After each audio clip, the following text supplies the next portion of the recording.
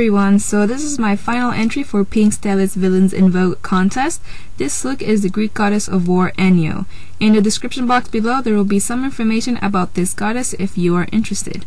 I wanted to give this look a modern twist, so I decided to make this goddess of war into a metalhead slash rocker chick with this faux leather vest and also wearing all black, and then wearing a bullet belt and some gladiator style heels to tie in an ancient Greece vibe. Although I modernized the look, I still wanted to be true to the way women wore their makeup in ancient Greece. So to find out some of this history and to know how I achieved this look, please keep on watching. So to start, I applied equal parts of BH Cosmetics liquid foundation in the shade L2 or light olive and Beauty Control's Regeneration Tight Firm and Fill in the shade N3 with my synthetic foundation brush, and I applied it quite heavily for a flawless look. Then I buffed it out with a flat top blending brush. Then with that same synthetic brush I applied Dermablend's Leg and Body Cover in the shade Caramel as a contour, and again buffed that out with this blending brush. I set that foundation with a translucent powder using a powder puff and then knocking off and evening the powder with this War Paint Beauty Kabuki brush. Next I applied Urban Decay's eyeshadow primer potion all over the lids, then taking some scotch tape I took some pieces and put them on my face as so, to create a sharp eyeshadow edge. So taking a fluffy crease brush and my 88 color palette of matte eyeshadows by BH Cosmetics, I'm going to be taking this brown here and this sort of gray brown here, and I'm applying that to the outer corner and in the crease. Ancient Greek women used soot as eyeshadow, so this is why I'll be mixing gray shadows with the brown and neutral shadows I want to use to modernize this makeup look.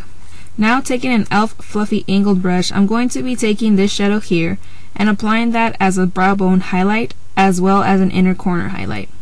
Going back with that crease brush, I'm going to be taking some black shadow along with this light gray silvery shadow, mixing it to create a nice dark gray shade and applying it to the outer corner. This way the shadows look more sooty, I guess you can say, and this is what it looks like.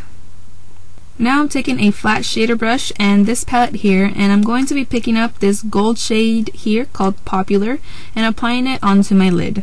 Once again, with that crease brush, I'm taking this shade here called Splendid, and I'm rocking that in the crease to transition the gold shadow with the rest of the shadow. This is why I didn't use a clean brush, because the leftover shadows on this brush aided in blending.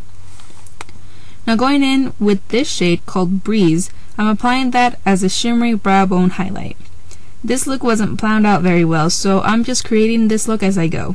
Next I'm taking this sponge tip brush and I'm picking up some of Jessie's Girl's Eye Dust in the pigment color Sparkle Gold and applying that as an inner corner highlight.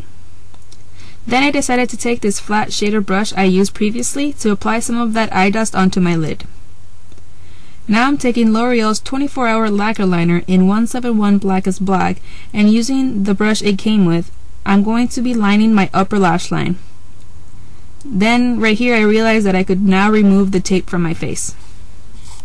Using e.l.f.'s shimmer eyeliner pencil, I'm applying that to both my bottom and top waterline, then setting that with an angled eyeliner brush and some matte black eyeshadow. Now with a smudge brush, I'm going to be mixing the first two shadows that I used with that Splendid shade, and I'm running that all along the lower lash line. Next I'm taking a little brow brush and I'm brushing off any foundation that might have accumulated there. Then I'm going to fill them in with a matte black eyeshadow and an angled eyeliner brush, like so. Now I'm going to be applying these Revlon Beyond Natural 91169 long volumizing lashes with Revlon Precision Lash Adhesive. But first I'm going to curl my natural lashes, and once the lashes are on, I'm applying a thin layer of mascara to fuse them together. And of course I'm not forgetting to add some mascara to the bottom lashes. Next is contouring, and I'm just doing my usual contour with my angled blush brush using brown eyeshadows from my 88 matte palette, and as always contouring the hollows of the cheeks, the temples, the hairline, the nose, the jawline, and down the neck, you know, same old same old. Now I'm using mauve blush and applying that with my finger to apply it a little heavy. Women of ancient Greece used crushed mulberries, seaweed, and flowers to create a red pigment and use it as a stain. So going a little heavy on the blush is okay. However, I don't want to go too heavy, so I'm buffing that out and my contour with my kabuki brush. Next, with a fluffy shader brush, I'm going to be picking up some of that Jessie's Girl's Eye Dust in Sparkle Gold, and I'm using that to highlight my face. So applying that on my cheekbones, my nose, and forehead, and using my finger and brush to smooth that out. Now I'm going to be applying some rhinestones in between my eyebrows and sort of connect them, because ancient Greeks seem to like connected eyebrows, but instead of achieving that with shadows, I'm going to be applying rhinestones with Revlon's Precision Lash Adhesive.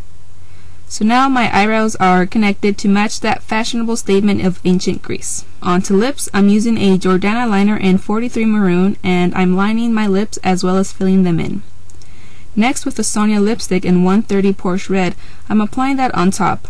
Bright red lipstick was also fashionable in ancient Greece, but they got the red pigment from crushed mulberries, seaweed, and flowers, just as they did for blush, so they used that same stain for cheeks and lips. As a last minute thing, I took off some rhinestones, leaving only 3, because to me the 5 were just too overwhelming, and I just prefer it this way. So this is the completed look for my final entry of this Villains in Vogue contest. I hope you guys enjoyed my modernized version of the Goddess of War Enyo.